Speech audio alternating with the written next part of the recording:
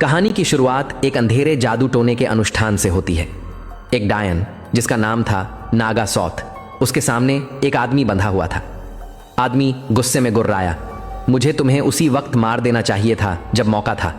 लेकिन अब नागा सौथ उसे मारने की तैयारी कर रही थी। वह अपने विच बोर्ड पर मंत्र पढ़ने लगी। तभी दूर से गोली चली और एक डायन गिर पड़ी। उस आदमी के साथी हमला कर चुके थे। अफरा तफरी में कैदी आजाद हो गया। उसने हथियार उठाया और नागा सौथ को मार गिराया। जैसे ही नागा सौथ गिरी, उसका खून विच बोर्ड पर बह निकला। सालों बाद चोरों का एक गिरोह उसी विच बोर्ड को चुराने के लिए म्यूजियम में घुसा, लेकिन उनमें से एक लाबार्ज और भी कीमती सामान उठाने लगा। उसका साथी बंदूक तान कर बोला, हम सिर्फ बोर्ड के लिए आए हैं। गुस्से में लाबार्ज अपने साथी पर ही टूट पड़ा। दोनों में भयंकर लड़ाई हुई। लाबार्ज ने गार्ड्स को गोली मार दी और भाग निकला, लेकिन खुद भी बुरी तरह घायल हो गया। दृश्य बदलता है। एक जंगल में एक युवा जोड़ा एमिली और क्रिश्चियन जंगल में जंगली मशरूम इकट्ठा कर रहे हैं। अपने करीबी दोस्तों के साथ मिलकर वे जल्द ही एक रेस्टोरेंट खोलने वाले हैं। एमिली के लिए ये दोस्त सिर्फ दोस्त नहीं, बल्कि उसका परिवार है। उसने अपने असली माता पिता की तलाश छोड़ने का फैसला कर लिया है। जंगल में एमिली को अजीब आवाजें सुनाई देती हैं। वह उनके पीछे चलती है और लाल रंग के मशरूम देखती है। तभी एक बिल्ली आती है और उसे एक बैग तक ले जाती है। उस बैग के अंदर वही विच बोर्ड था। एमिली वह बोर्ड क्रिश्चियन को दिखाती है और दोनों उसे अपने साथ ले जाते हैं, लेकिन उन्हें पास में पड़ी लाश दिखाई नहीं देती। दृश्य बदलता है दूसरे चोर की ओर। वह चोर एक आदमी अलेक्जेंडर के लिए बोर्ड चुराने आया था। चोर कहता है, लाबार्ज तुम्हारा आदमी था, लेकिन फिर भी अलेक्जेंडर नक्शे पर एक अनुष्ठान करता है। तारे के आकार के चिन्ह में फंसे बैठे उस चोर की बलि देकर वह बोर्ड का पता लगाने की कोशिश करता है। इसी बीच क्रिश्चियन और एमिली अपने जल्द खुलने वाले रेस्टोरेंट में ट्रायल डिनर होस्ट कर रहे हैं। दोस्त और मेहमान उनके बनाए व्यंजन चखते हैं। उनमें से एक है क्रिश्चियन की पुरानी प्रेमिका ब्रुक, जिसे उनके दोस्त रिची ने बुलाया था। ब्रुक क्रिश्चियन और एमिली से मिलती है और जानती है कि वे जल्द ही शादी करने वाले हैं, लेकिन एमिली की सगाई की अंगूठी उस वक्त गुम हो गई थी जब वह क्रिश्चियन के साथ यहाँ शिफ्ट हुई थी। बाद में जब क्रिश्चियन और ब्रुक अकेले होते हैं, ब्रुक कहती है, सुना है एमिली अभी अभी रिहैब से निकली है, तो तुम बेसिकली उसे बचा ही रहे हो। तभी एमिली ब्रुक को विच बोर्ड दिखाती है। ब्रुक, जिसे प्राचीन चीज़ों की थोड़ी जानकारी है, उसे तुरंत पहचान लेती है। वह बताती है कि यह कलाकृति सैकड़ों साल पुरानी है, वीजा बोर्ड से भी कहीं ज़्यादा पुरानी। वह समझाती है कि इसका इस्तेमाल कैसे होता है। कोई भी महत्वपूर्ण वस्तु इसके ऊपर लटकाकर प्रश्न पूछो तो बोर्ड उसकी हलचल से उत्तर देता है। इस पर जीवन, मृत्यु, प्रेम, शक्ति, हाँ और ना जैसे चिन्ह बने हुए हैं। एमिली अपनी क्रॉस की माला बोर्ड पर लटकाती है और पूछती है, क्या हमारा रेस्टोरेंट सफल होगा? माला बिल्कुल नहीं हिलती। वह एक और सवाल आजमाती है। एमिली पूछती है, क्या क्रिश्चियन और मैं सेंट विंसेंट चर्च में शादी करेंगे? अचानक उनकी फायरप्लेस से जलती हुई एक चिड़िया निकलकर बाहर फट पड़ती है। वे घबराकर दरवाजा खोलते हैं और उसे बाहर भगा देते हैं। ब्रुक चेतावनी देती है, यही तो दिक्कत है स्पिरिट बोर्ड्स के साथ। अगर तुम दरवाजा खटखटाओ तो हैरान मत होना जब कोई जवाब देने आ जाए। अगले दिन क्रिश्चियन और उसके दोस्त रसोई में नई डिशेस पर प्रयोग कर रहे हैं, लेकिन एमिली का मन विच बोर्ड से हट ही नहीं रहा। वह उसे ध्यान से देखती है और उसमें छुपी हुई एक चेन पर बंधी हुई हड्डी की उंगली ढूंढ निकालती है। उसी वक्त टीवी पर एक न्यूज़ रिपोर्ट आती है कि यह बोर्ड म्यूजियम से चोरी हुआ है। एमिली उस हड्डी की चेन बोर्ड पर लटकाती है। बोर्ड अपने आप हिलना शुरू कर देता है। इसी बीच रिची देखता है कि रसोई के बाहर की सड़कों पर दर्जनों बिल्लियाँ इकट्ठी हो रही हैं। घबराकर वह कहता है, बिल्लियाँ अपशकुन लाती हैं, हमें इस बोर्ड को तुरंत फेंक देना चाहिए। लेकिन एमिली जिद करती है कि वह सिर्फ एक और सवाल पूछेगी। वह अपने गुम हुई सगाई की अंगूठी के बारे में पूछती है। बोर्ड एक दिशा की ओर इशारा करता है। एमिली उसी निशानदेही के पीछे चल पड़ती है। उसी समय एक रहस्यमयी साया उनकी रसोई में घुस आता है। अचानक एक फ्राई पैन आग पकड़ लेता है।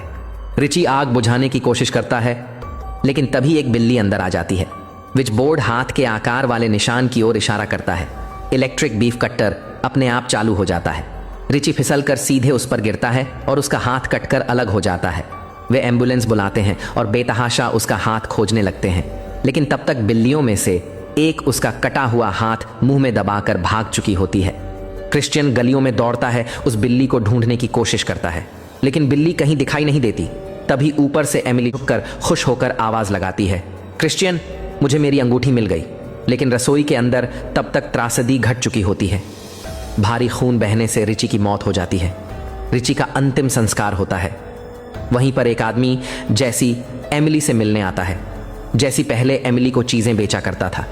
जब क्रिश्चियन उसे देखता है तो तुरंत चेतावनी देता है, एमिली से दूर रहो वरना अंजाम अच्छा नहीं होगा।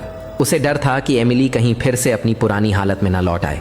कुछ दिनों बाद एमिली उसी बिल्ली को पाल लेती है। क्रिश्चियन को यह बिल्कुल पसंद नहीं आता। वह बिल्लियों से नफरत करता है, लेकिन एमिली जिद करती है कि वह इसे रखना चाहती है। आखिरकार क्रिश्चियन अनमने मन से मान जाता है। फिर क्रिश्चियन पूछता है, छोड़ो वो सब, मुझे ये बताओ अंगूठी कहाँ से मिली। एमिली बताती है कि उसे यह विच बोर्ड की मदद से मिली। क्रिश्चियन जवाब देता है, क्यों ना हम तब तक इस बोर्ड से दूर रहें जब तक हमें असलियत का पता न चल जाए। वह ऑनलाइन खोजबीन शुरू करता है। उसे एक तस्वीर मिलती है, बिल्कुल उसी तरह के विच बोर्ड के पास पड़ी एक लाश की। वह यह भी जान लेता है कि यह बोर्ड म्यूजियम से चोरी हुआ था। इधर उनके घर पर बोर्ड पर रखी हड्डी की उंगली फिर से हिलने लगती है। एमिली डरावने सपनों से घिर जाती है। वह बार बार उसी जंगल की लाश को देखती है। अचानक नींद से जागते ही बिस्तर के नीचे से अनगिनत हाथ बाहर निकलते हैं और उसे जकड़ लेते हैं। एमिली फिर से आंखें खोलती है। इस बार वह उसी जंगल के बीच खड़ी है जहां कभी विच रिचुअल हुआ था। उसके सामने खड़ी है नागा सॉथ। नागा उस पर हमला करती है। एमिली झटके से फिर जाग जाती है। अब उसके हाथ में अपने आप वह हड्डी की उंगली आ चुकी है। तभी क्रिश्चियन अंदर दौड़कर आता है और पूछता है, तुम कर क्या रही थी। एमिली सब कुछ समझाने की कोशिश करती है। वह डर के मारे कांप रही है। क्रिश्चियन समझ जाता है कि यह सब उसी बोर्ड की वजह से हो रहा है। वह कहता है, हमें इसे वापस करना होगा। लेकिन एमिली विरोध करती है, और पुलिस को क्या बताएंगे, वे हमें ही चोर समझेंगे। ऊपर से मेरा रिकॉर्ड पहले ही खराब है। क्रिश्चियन उसे शांत करता है, बिस्तर पर सुलाता है और उसे नींद आने में मदद करता है। अगले दिन क्रिश्चियन सीधे ब्रुक से मिलने जाता है। वह बताता है कि एमिली उस बोर्ड की दीवानी होती जा रही है। ब्रुक चेतावनी देती है, एक एडिक्टिव नेचर इंसान को अलौकिक ताकतों के साथ बहुत बड़ी मुसीबत में डाल सकती है। वह सुझाव देती है कि वे उसके दोस्त से मिले जो इन मामलों का विशेषज्ञ है। इसी दौरान अलेक्जेंडर का एक साथी पहले से ही उन पर नजर रख रहा होता है। उधर विच बोर्ड फिर से सक्रिय हो जाता है। एमिली बाथरूम में बंद हो जाती है। उस पर उबलता हुआ पानी बरसने लगता है और बाथटब के नीचे से गंदा काला पानी ऊपर भरना शुरू हो जाता है। अचानक एक हाथ बाहर निकलता है और एमिली को उस गंदे पानी में खींच लेता है। पानी के भीतर एमिली देखती है उसके सामने एक बूढ़ी औरत बैठी है। एमिली अतीत में खींच ली गई है। अब सच्चाई सामने आती है। नागा सॉथ का असली नाम था अमाली। वह कभी प्राकृतिक दवाओं और उपचारों के साथ काम करती थी। लेकिन फिर एक आदमी आया जिसका नाम था बिशप ग्रोगन। उसने उसके सामान को देखकर अमाली पर डायन होने का आरोप लगाया। ग्रोगन ने उसका चेहरा विकृत कर दिया, उसे यौन उत्पीड़न किया और गांव वालों के सामने बाहर फेंक दिया, चिल्लाते हुए, यह एक डायन है जिसे पत्थरों से मार दिया जाना चाहिए। अमाली मुश्किल से पत्थरों से बचकर भाग गई, लेकिन जाते समय उसने शाप दिया, अगर यह डायन तुम खोज रहे हो तो यही तुम्हें मिलेगी। एमिली फिर से अपनी बाथटब में होश में आती है। उसके हाथों की जलन अब पूरी तरह से गायब हो गई है। इसी बीच ब्रुक क्रिश्चियन को उसके विशेषज्ञ दोस्त से मिलने ले जाती है। उसके घर में पार्टी चल रही होती है और वह आदमी कोई और नहीं बल्कि अलेक्जेंडर है। अलेक्जेंडर तुरंत क्रिश्चियन को पहचान लेता है। मुस्कुराते हुए कहता है, आप बिल्कुल समय पर आए हैं ग्रीष्म संक्रांति के उत्सव में शामिल होने के लिए। अलेक्जेंडर के साथ काम करने वाली 3 ट्रिपलेट बहनें हैं। वह मजाक में क्रिश्चियन और ब्रुक को एक प्यारी जोड़ी कहता है। क्रिश्चियन जल्दी से स्पष्ट करता है, हम सिर्फ दोस्त हैं। लेकिन अलेक्जेंडर जोर देता है, ऐसा मैं नहीं महसूस करता। क्रिश्चियन और ब्रुक फिर अलेक्जेंडर को एमिली और विच बोर्ड के बारे में बताते हैं। अलेक्जेंडर समझाता है कि 1733 में पोप ने पेंडुलम बोर्ड्स को गैरकानूनी घोषित कर दिया था। क्रिश्चियन उसे 1936 के क्राइम सीन की फोटो दिखाता है, जो प्रमाण है कि लोग अभी भी इनका उपयोग कर रहे हैं। अलेक्जेंडर पूछता है, क्रिश्चियन, तुमने यह बोर्ड कहां पाया? लेकिन क्रिश्चियन जवाब देने से इनकार कर देता है। इसी बीच एमिली को जैसी से फोन आता है। वह कहता है, मुझे पता है कि तुम बहुत दर्द में हो, मेरे पास तुम्हारे लिए कुछ है। एमिली जवाब देती है, मुझे पूछना पड़ेगा, और कॉल काट देती है। वह बात कर रही थी बोर्ड से पूछने के बारे में। इसी बीच ब्रुक विच बोर्ड का स्केच बनाती है। जैसे ही अलेक्जेंडर उसे देखता है, वह मदद करने के लिए तैयार हो जाता है। वह समझाता है कि 1600 के दशक में एक गांव था जहां एक दिन सारे लोग मृत पाए गए। उन्होंने खुद अपने ही हाथों से एक दूसरे को मार डाला था। इसके पीछे की जिम्मेदार थी डायन नागासॉथ। वो बोर्ड भी उसका ही था, इसलिए उन्हें एमिली को जितनी जल्दी हो सके इससे दूर रखना होगा। अलेक्जेंडर जोड़ता है, मेरे परदादा बिशप ग्रोगन ने नागासॉथ का शिकार किया और अपनी जान से इसकी कीमत चुकाई। बाद में जब क्रिश्चियन घर लौटता है, एमिली पीछे से उसे गले लगाती है। समझ नहीं पाता कि क्या हुआ है। वह पूछता है, क्या जैसी ने तुम्हें कुछ दिया? जैसी की ओर बदलता है। वह एक रूफ टॉप पार्टी में जाता है जहां एक आदमी उसे एक लड़की को इंजेक्ट करने का काम सौंपता है। उसी समय बोर्ड मृत्यु के प्रतीक की ओर इशारा करता है और वही बिल्ली जैसी के पास दिखाई देती है। चेहरा अचानक नागासॉथ में बदल जाता है। रूफ टॉप पर जैसे ही जैसी सिरिंज उठाता है, बिल्ली उस पर हमला कर देती है। जैसी संतुलन खो देता है, छत से गिरता है और नीचे एक प्रतिमा पर फंसकर तुरंत मर जाता है। अलेक्जेंडर को उनके घर लाता है, साथ में ब्रुक भी होती है। अलेक्जेंडर एमिली से कहता है, मैं तुम्हारी मदद करने आया हूं। तुमने बोर्ड का इस्तेमाल बिना मार्गदर्शन के शुरू किया और अब जो कुछ भी हो रहा है वह इसके कारण है, लेकिन मैं तुम्हारी इस यात्रा को पूरा करने में मदद करूंगा। वह एमिली के साथ एक अनुष्ठान शुरू करता है और कहता है, तुम एक पात्र हो, तुम उस पात्र को खाली करने वाली हो और फिर मैं उसे उस एक चीज से भर दूंगा जो वास्तव में वहां होनी चाहिए। एमिली को प्रभाव में लाने के लिए अलेक्जेंडर काउंटडाउन शुरू करता है। एमिली की आंखें भारी हो जाती हैं और वह बेहोश हो जाती है। दृश्य फिर 1600 के दशक में बदलता है। बिशप ग्रोगन ने नागासॉथ को जेल की कोठरी में बंद किया है। वह उससे बोर्ड के उपयोग को प्रदर्शित करने के लिए कहता है। नागासॉथ उसके सामने अनुष्ठान शुरू करती है और प्रकट होता है कि बोर्ड पर रखी हड्डी की उंगली वास्तव में उसकी अपनी है। वह मंत्र पढ़ना शुरू करती है। इसी समय अलेक्जेंडर वर्तमान में वही मंत्र पढ़ता है। नागासॉथ और एमिली दोनों गहरे ट्रांस में चले जाते हैं। उनकी आत्माएं क्रॉस हो जाती हैं और वे स्थान बदल लेती हैं। नागासॉथ वर्तमान में प्रकट होती है। हालांकि यह केवल अलेक्जेंडर ही समझ पाता है। नागासॉथ सच बाकी सभी से छुपा लेती है और बोर्ड उसे सौंप देती है। मुस्कुराते हुए वह अलेक्जेंडर को रेस्टोरेंट के भव्य उद्घाटन के लिए आमंत्रित करती है। कहती है कि उसे जरूर आना होगा। इसी बीच 1600 के दशक में एमिली नागा की शरीर में जागती है। उसे भ्रम और डर का अनुभव होता है और वह समझती है कि उसकी पूरी पहचान बदल गई है। बिशप ग्रोगन उस पर हमला करता है और घोषणा करता है, तुमको चिंगारी पर जलाया जाएगा। एमिली सोचती है यह शायद सपना ही होगा, लेकिन अगले सेल में कैदी सच्चाई समझ जाता है। नागासॉथ भाग चुकी है और अब एमिली उसकी जगह मरने वाली है। वर्तमान में नागासॉथ उसी जगह जाती है जहां लाश पड़ी थी और लाल मशरूम इकट्ठा करती है। वह उन्हें रेस्टोरेंट लाती है और कहती है कि क्रिश्चियन ने निर्देश दिया था कि इन्हें आज के मेनू में इस्तेमाल किया जाना चाहिए। कुछ ही क्षण बाद रेस्टोरेंट में एक प्रसिद्ध फूड क्रिटिक आता है। हॉट और आकर्षक पोशाक में एमिली उसे मुस्कान के साथ स्वागत करती है। अलेक्जेंडर भी वहां आता है। ब्रुक उसे अंदर स्वागत करती है।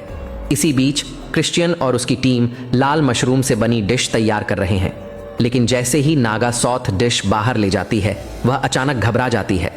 अलेक्जेंडर उसके पास आता है और धीरे से कहता है, इन लोगों को देखो, याद करो कैसे उन्होंने तुम्हें शर्मिंदा किया। तुरंत ही उसके गांव वालों की यादें उसके दिमाग में भर जाती हैं, कैसे उन्होंने उसे पत्थरों से मारा था। नागासॉथ फूड क्रिटिक को मशरूम डिश परोसती है और जल्द ही सभी ग्राहकों को वही डिश परोसी जाती है, लेकिन अलेक्जेंडर चुपके से ब्रुक को उसे खाने से रोक देता है। एक एक करके ग्राहक अजीब व्यवहार करने लगते हैं। पूरे रेस्टोरेंट में अराजकता फैल जाती है क्योंकि कोई नहीं समझ पाता कि क्या हो रहा है। अलेक्जेंडर के घर पर विच बोर्ड फिर से हिलने लगता है। काली बिल्ली खिड़की से कूदकर रेस्टोरेंट की रसोई में वापस चली जाती है। रसोई से नागासॉथ फूड क्रिटिक के लिए एक और डिश ले जाती है। इस बार वह है रिची का कटा हुआ हाथ, जिसे ऐसे प्लेट किया गया है जैसे वह खाना हो। रसोई के अंदर क्रिश्चियन की एक दोस्त अचानक हिस्टेरिकल हंसी में फूट पड़ती है। वह क्रिश्चियन का चेहरा विकृत और राक्षसी देखती है और उससे डर जाती है। डाइनिंग एरिया में ग्राहक एक दूसरे पर झुक पड़ते हैं और हिंसक लड़ाई शुरू कर देते हैं। साइड में नागासॉथ मंत्र पढ़ते हुए खड़ी रहती है और लोग राक्षसों में बदलते जाते हैं। ब्रुक इस भयावह दृश्य को देखती है। अलेक्जेंडर उसे और एमिली को सुरक्षा के लिए बाहर ले जाता है। क्रिश्चियन पागल ग्राहकों से लड़ने में सफल होता है, लेकिन तभी पुलिस आ जाती है। क्रिश्चियन उनसे भागता है। अधिकारियों ने फायर खोला, लेकिन वह मुश्किल से बच निकलता है। ब्रुक आती है और उसकी मदद करती है। वह क्रिश्चियन को अपनी कार के ट्रंक में छुपा देती है और सीधे अलेक्जेंडर के घर ले जाती है। लेकिन अंदर पहुंचते ही वह उसे धोखा देती है और क्रिश्चियन को सौंप देती है। वह क्रिश्चियन से कहती है, अलेक्जेंडर तुम्हें मारना नहीं चाहता, बस कोई बेवकूफ़ी मत करना। ब्रुक ने अलेक्जेंडर के मार्गदर्शन में विक्कन कला का अभ्यास करने का फैसला किया था। कुछ समय बाद क्रिश्चियन होश में आता है। वह एक कुर्सी से बंधा हुआ है और फर्श पर बने तारे के आकार के चिन्ह में कैद है। अलेक्जेंडर समझाता है, नागा सौत को वास्तव में पुनर्जन्म लेने के लिए अपनी प्रतिशोध दोहराना जरूरी था और तुमने मेरी मदद की ताकि असली डायन हमारे संसार में लौट सके। अलेक्जेंडर की योजना है कि वह नागा सौत का मालिक बने। वह घोषणा करता है, यह मेरी वंशावली की तकदीर है। क्रिश्चियन जानना चाहता है कि एमिली कहाँ है। उसी समय एमिली को जेल से खींचकर स्टेक पर बांधा जा रहा है। उसके नीचे आग जलाई जाती है और वह डर के मारे चिल्लाती है। अलेक्जेंडर क्रिश्चियन से कहता है, 1996 की फोटो में जो लाश तुमने देखी थी वह नागा सौत के रक्तवर्ती डायन की वंशज थी। उसकी एक छोटी बेटी थी जिसे अनाथालय भेज दिया गया और वह लड़की कोई और नहीं बल्कि एमिली थी। यह सब नियति का हिस्सा है। उसी समय नागा सौत नीचे आती है। उसका आधा चेहरा पहले ही नागा का रूप धारण कर चुका है। वह झुकती है और विच बोर्ड फिर से हिलना शुरू करता है। चुंबन के दौरान क्रिश्चियन अचानक एमिली का विजन देखता है। वह स्टेक पर जल रही है। क्रिश्चियन लड़ाई करता है, नागा सौत की गर्दन पर चाकू टिकाकर उसे मारने की धमकी देता है। अलेक्जेंडर शांत होकर कहता है, करो, मुझे पूरा भरोसा है कि तुम इसे कभी नहीं कर पाओगे। अलेक्जेंडर फिर अपने पूर्वज बिशप ग्रोगन के वस्त्र पहन लेता है। जैसे ही नागा सौत उसे देखती है वह तुरंत पहचान लेती है कि यह ग्रोगन स्वयं है। वह क्रोध में अलेक्जेंडर पर हमला करने लगती है, लेकिन ट्रिपलेट बहनें उनके बीच आ जाती हैं। इस मौके का फायदा उठाकर क्रिश्चियन विच बोर्ड को आग में फेंक देता है। बोर्ड जल उठता है और इसके साथ ही नागा सौत भी आग में घिर जाती है। वह बोर्ड के माध्यम से अतीत में खींच ली जाती है, लेकिन उस अतीत में गांव वाले हैरान रह जाते हैं कि डायन मर नहीं रही। बिशप ग्रोगन स्वयं आगे बढ़ते हैं और उसे स्टेक पर जलाने का प्रयास करते हैं। नागा सौत उसे पकड़ लेती है और दोनों ही आग में जल जाते हैं। वर्तमान में अलेक्जेंडर क्रिश्चियन पर गोली चलाता है। वह जलते हुए बोर्ड को आग से बाहर निकालने दौड़ता है और उसे पुनः प्राप्त कर लेता है, लेकिन पीछे से क्रिश्चियन उठकर उस पर शराब डाल देता है। अलेक्जेंडर खुद को आग से बचाने के लिए अपने पूर्वज के वस्त्र फाड़ देता है। उसी समय एमिली होश में आती है। वह पास पड़ी बंदूक उठाती है और उसे अलेक्जेंडर की ओर तान देती है। अलेक्जेंडर उसे शब्दों से समझाने की कोशिश करता है, लेकिन एमिली ट्रिगर खींचती है और उसके सिर पर गोली चला देती है। उसका खून विच बोर्ड पर फैल जाता है। क्रिश्चियन गंभीर रूप से घायल होता है। अपनी अंतिम सांस में वह एमिली से कहता है, मैं हमेशा तुम्हारे लिए रहूंगा। ब्रुक एमिली को पुलिस आने से पहले घर से बाहर ले जाती है, लेकिन जब पुलिस अलेक्जेंडर के शव को ले जा रही होती है उसकी आंखें अचानक खुल जाती हैं। कुछ दिनों बाद ब्रुक विच बोर्ड को चर्च ले जाती है। पादरी कहते हैं कि वे उसे नकद भुगतान नहीं कर सकते, इसीलिए वे उसे हीरे दे देते हैं। ब्रुक और एमिली मिलकर काम करना शुरू कर देती हैं, लेकिन जैसे ही पोप विच बोर्ड का उपयोग करने की कोशिश करता है, नागा सौत उसके पीछे प्रकट हो जाती है। और इसी के साथ दोस्तों, हमारी कहानी का अंत होता है।